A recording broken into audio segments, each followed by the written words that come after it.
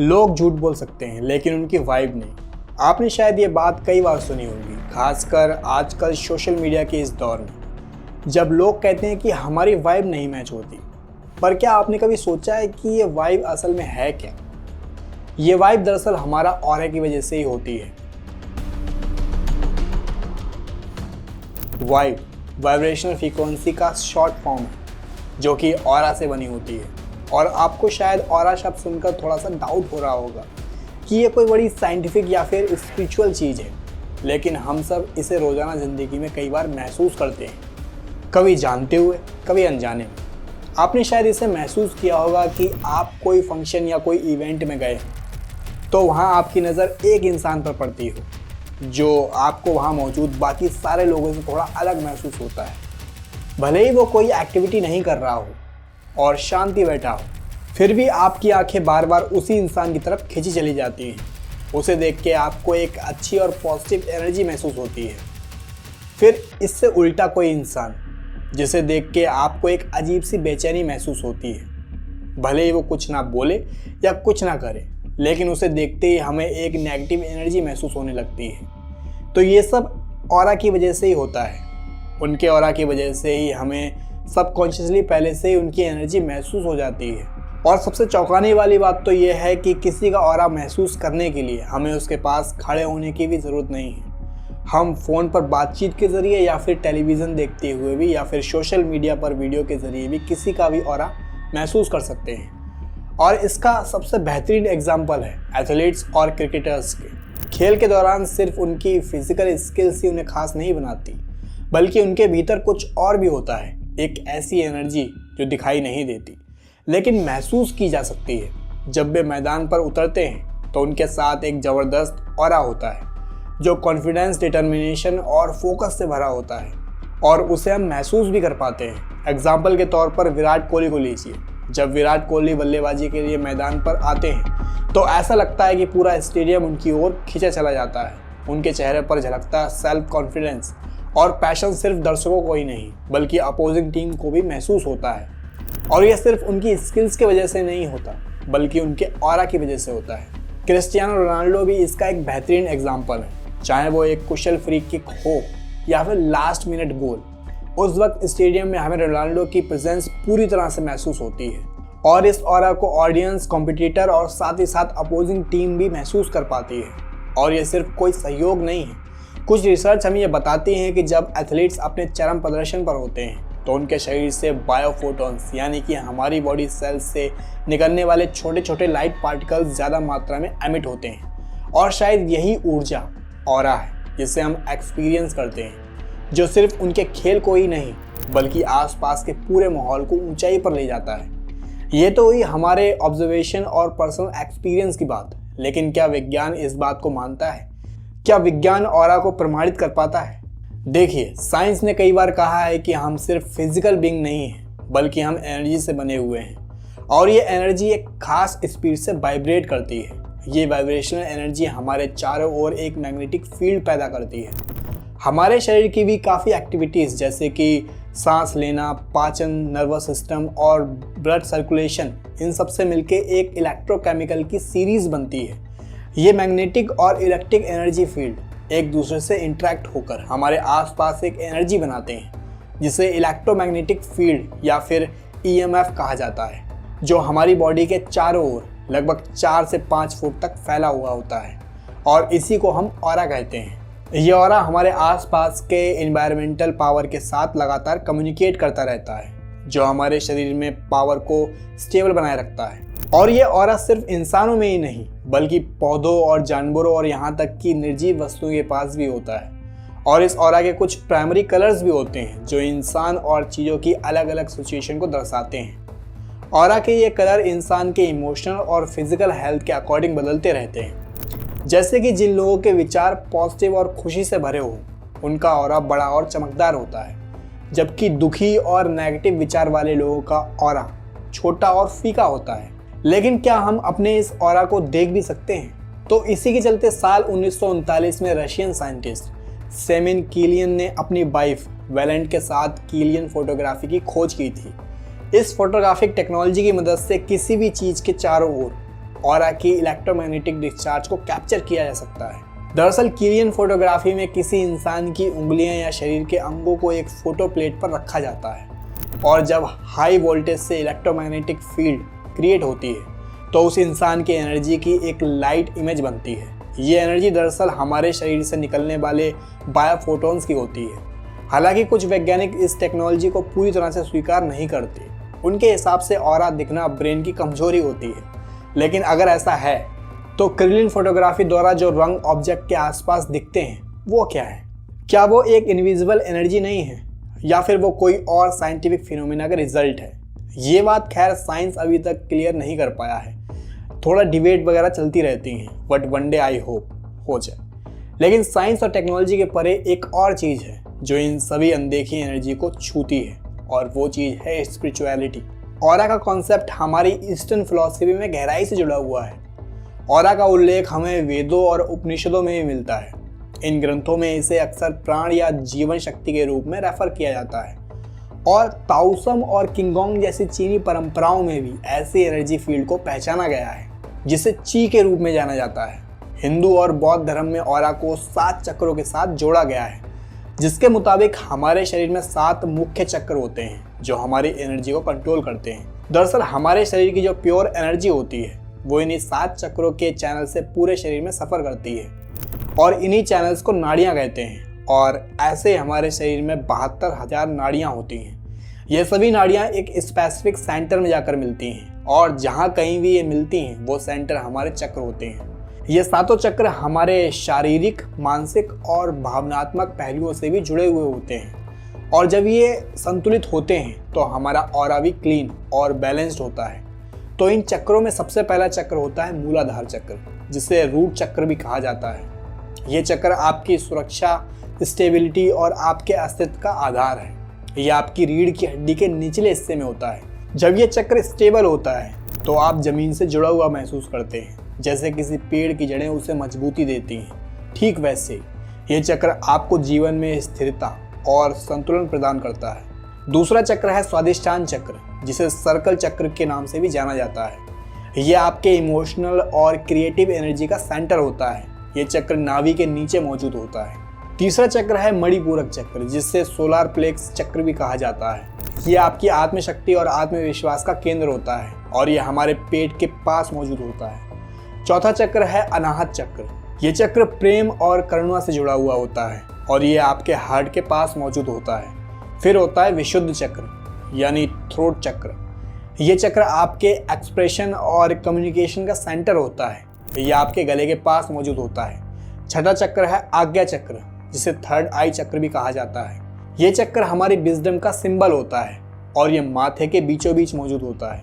और आखिरी चक्र होता है शास्त्रार्थ चक्र यानी क्राउन चक्र। ये चक्र हमारी स्पिरिचुअलिटी, कनेक्शन और अवेयरनेस को दर्शाता है और ये हमारे माथे के ऊपर मौजूद होता है। जब ये सभी चक्र संतुलित होते हैं तो हमारी एनर्जी या फिर कहें हमारा ऑरा बैलेंस होता है और जब कभी भी इन चक्रों का संतुलन बिगड़ता है तब हमारा ऑरा धुंधला और कमज़ोर हो जाता है। अब जैसे शरीर में 7 चक्र होते हैं, ठीक वैसे ही ऑरा में भी 7 लेयर्स होती हैं। हालांकि दोनों के बारे में अक्सर अलग अलग चर्चाएं की जाती हैं, लेकिन उनके बीच एक बहुत ही गहरा कनेक्शन है। ऐसा माना जाता है कि हमारे चक्र वो सेंटर है जहां ऑरा फिजिकल बॉडी से जुड़ता है और हर एक चक्र ऑरा की एक खास लेयर से मेल खाता है। ऑरा की इन लेयर से सबसे पहली लेयर होती है फिजिकल लेयर, जो आपके शारीरिक सेहत से जुड़ा हुआ होता है और ये आपकी स्किन के पास मौजूद होता है।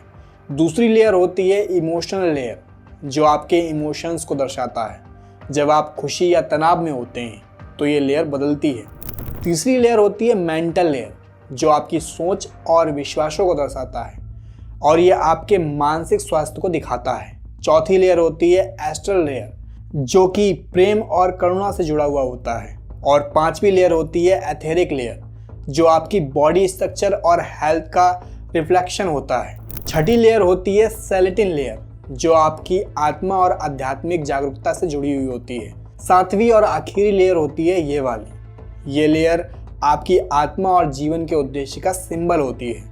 इसके साथ ही ऑरा के अलग अलग कलर्स भी होते हैं, जो इंसान की अलग अलग कंडीशंस को दर्शाते हैं और ये कलर समय के साथ और कंडीशन के हिसाब से बदलते रहते हैं। वैसे हम किसी के भी ऑरा को फील कर सकते हैं, लेकिन एक आम इंसान किसी के भी ऑरा को देख नहीं सकता। लेकिन अगर आप लंबे समय से मेडिटेशन करते आ रहे हैं या फिर आप त्राटक का अभ्यास करते आ रहे हैं तो आपने इसका एक्सपीरियंस ज़रूर किया होगा। त्राटक के दौरान आप जिस भी चीज़ पर त्राटक कर रहे होते हैं तो थोड़ी देर बाद आपको उस चीज़ के आसपास एक हल्की सी चमकती रोशनी दिखाई देती है, तो वो चमकती रोशनी ही ऑरा होती है।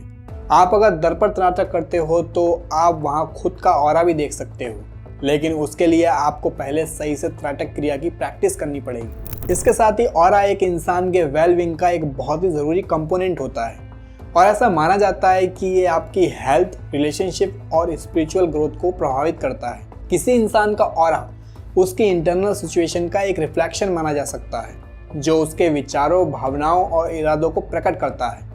जब आपका ऑरा बैलेंस्ड और क्लीन होता है तो तब आप शारीरिक और मानसिक रूप से पूरी तरह से स्वस्थ महसूस करते हैं, लेकिन जब ये इनबैलेंस्ड होता है तो ये आपकी सेहत पर नेगेटिव असर डाल सकता है। उसी तरह दूसरे लोगों की एनर्जी का भी आपके ऑरा पर असर होता है। जब आप किसी के साथ बातचीत करते हैं तो आपके ऑरा के बीच एनर्जीज का 1 मिनट का एक्सचेंज होता है। अगर किसी इंसान का ऑरा स्ट्रॉन्ग और हेल्दी है तो उसके आसपास रहना फायदेमंद हो सकता है। हालांकि अगर किसी का ऑरा वीक या अनस्टेबल है तो उसके साथ समय बिताना आपको थका हुआ फील करवा सकता है। लेकिन अब सवाल ये उठता है कि अगर कभी ऐसा लगे कि हमारा ऑरा धुंधला हो गया है या हमारी एनर्जी कमज़ोर महसूस हो रही है तो इसे क्लीन और बैलेंस्ड कैसे किया जा सकता है। तो ऑरा को साफ करने के लिए कई तरीके हैं। ऑरा को क्लीन करना मतलब अपने सभी 7 चक्रों में जो एनर्जी प्रभाव कर रही है उसे बैलेंस करना, और इस एनर्जी को बैलेंस करने का पहला और सबसे शक्तिशाली तरीका है मेडिटेशन। मेडिटेशन न केवल आपके दिमाग को शांत करता है बल्कि ये आपकी एनर्जी को भी साफ करता है। जब हम ध्यान करते हैं तो हमारी नेगेटिव भावनाएं धीरे धीरे बाहर निकलती रहती हैं और उनकी जगह शांति और संतुलन ले लेता है। ध्यान के दौरान आप अपने भीतर की उन सभी बातों से जुड़ पाते हैं जो आपको परेशान कर रही हैं, और फिर आप इन्हें धीरे धीरे बाहर निकाल कर आप अपना ऑरा क्लीन कर सकते हैं। दूसरा तरीका है विजुअलाइजेशन।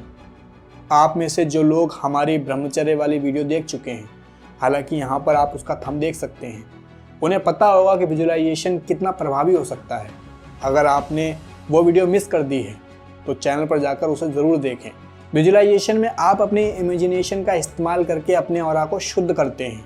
तो उसके लिए सबसे पहले आप अपनी आंखें बंद करें और कल्पना करें कि आपके चारों ओर एक सफ़ेद रोशनी है जो धीरे धीरे करके आपके शरीर को घेर रही है, और ये सफ़ेद रोशनी आपके अंदर की सारी नेगेटिविटी को दूर करती जा रही है और आपका ऑरा पहले से कई ज़्यादा चमकदार होता जा रहा है।